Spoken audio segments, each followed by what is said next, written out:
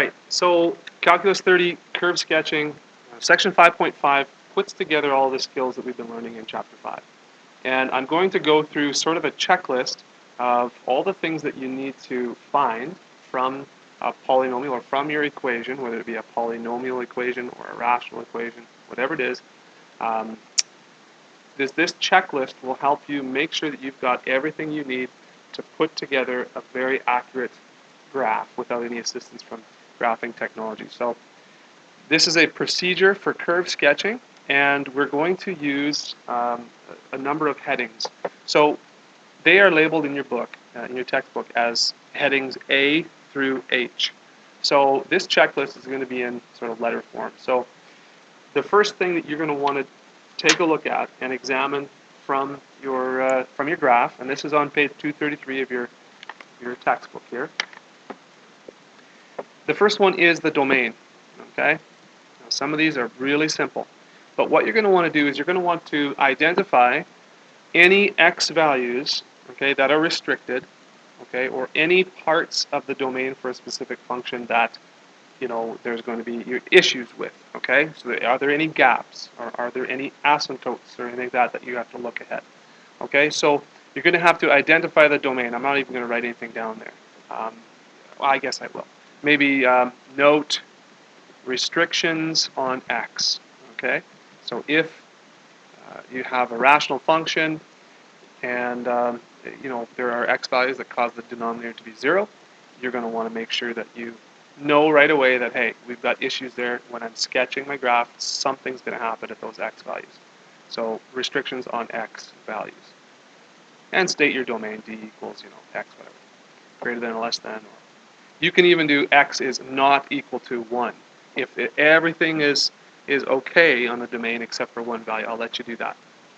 So B, the second one, is the intercepts. Okay, so we're going to take a look at our intercepts. Obviously, we are going to want to look at the y-intercept. That one's really easy to find, and you want the first clue to be where does your graph and the function, where does it cross the y-axis? If you can find your y-intercept, you know for sure that the graph has to travel through that point.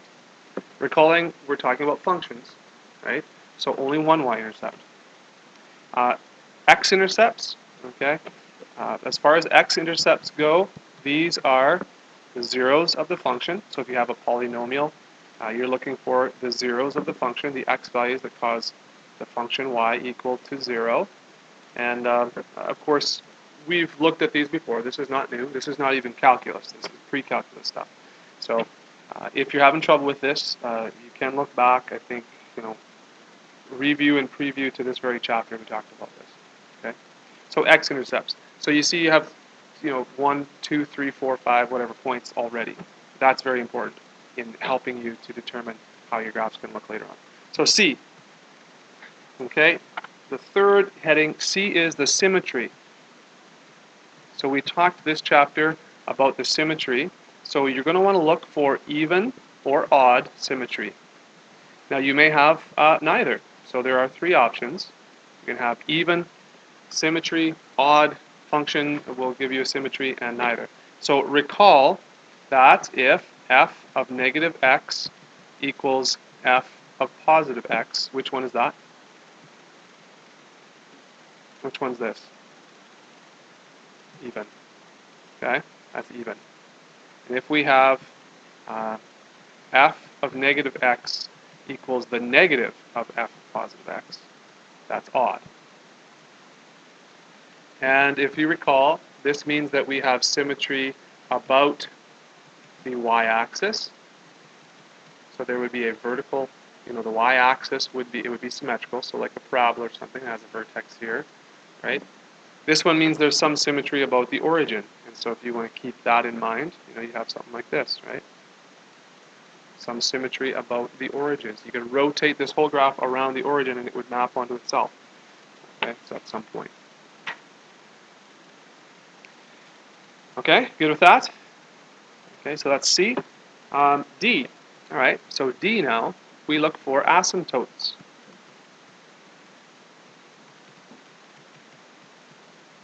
And of course, we're looking for vertical asymptotes. That's an easy one to find. And again, if you have a domain where you have some restrictions, and like I mentioned before, if we have x values that cause the denominator to be 0, there's a good chance we're going to have some kind of vertical asymptote there. So as we looked at in our book, vertical asymptotes, and also horizontal, which we just covered in a recent lesson. Horizontal asymptotes, okay? Where you check to see if there is a limit to the function as x approaches infinity, let's say. Some kind of horizontal barrier that it doesn't cross, right? It should be noted, again, that horizontal asymptotes don't necessarily take effect or act like horizontal asymptotes in the in lower levels of x, okay? So where x is relatively close to 0. It only takes into account when x becomes extremely large or extremely small, okay? So the horizontal, remember, it's as it approaches infinity. So there's a lot that can happen in the middle. You can have, you can have things crossing over, right? If we have something like this, let's just do something like this, okay? If we have this happening, which that's a graph right there, you notice you say, hey, Mr. Maxwell, this graph in the middle here, it crossed this asymptote. That's really bad. Something's wrong. No, nothing's wrong. Okay, we're only concerned with horizontal asymptotes on the edges. The middle, it's all bets are off. Okay. All right, E. Gotta hustle up here. E. Intervals of increase or decrease. Okay. So intervals of increase and decrease. These are also pieces to the puzzle. If you know, in a certain interval that the graph is increasing, all right, it helps you to determine a lot of things. To determine whether you're going to have a local min or max around there. It helps you, even the clues for the concavity later. But intervals of increase and decrease, and that, of course, is where we do sign analysis on the first derivative. F, local max and min. Okay, so if we identify local max and min, okay, that's also a piece. Like, if the graph, if we know we have an intercept, and this happens like this, well, how far do we go? How far do we draw this? Is it like this, or what? All right, so local max and min would help you, again, sort of know how far to go with something like that. So G. All right, G, we're getting close. We just learned this, concavity, okay? So if you have two values, A and B, it's really good to know whether you're going to be, concave up between there or concave down. And also the inflection points, right? So I'll abbreviate points of inflection, just POI, those points of inflection. Where does that change? Okay, you got 2 points like this, okay? Does it go like this? Is here the POI, or is it, is it here? Something like that. Is it way down here, right? So that will help you sketch the graph a little bit more accurately as well. And then, of course, H, really, they put this as a separate section, and this would be the actual sketch, okay? Now, you can start sketching before you get to the very end, no problem. But I think they're just saying, hey, now remember to put this all together and draw an accurate sketch, okay? So that's the guidelines, okay? Those are the steps, A through H. And you'll see in the wording of some of the questions, it says discuss the curve under the headings A to H. And so they're expecting you to come up with, a solution or some kind of answer here for each one of these that will help you sketch the graph accurately. So I'd like to do just one example here for you so that you can kind of see how everything works. And not each example, okay, you won't have to do a lot of calculations for every heading. Sometimes there's no vertical asymptotes, okay? Well, I skip that one or whatever. You just keep going. No horizontal, fine. If it's a parabola, right? No vertical asymptotes, no horizontal asymptotes, no max, maybe, or no min, maybe, if it's depending on the concavity. So some of these you can kind of go by pretty quick.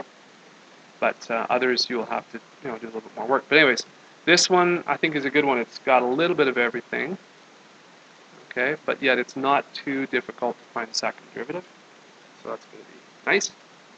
So again, this is page 234 in your textbooks, calculus. First course, Stewart. Okay, so A, domain.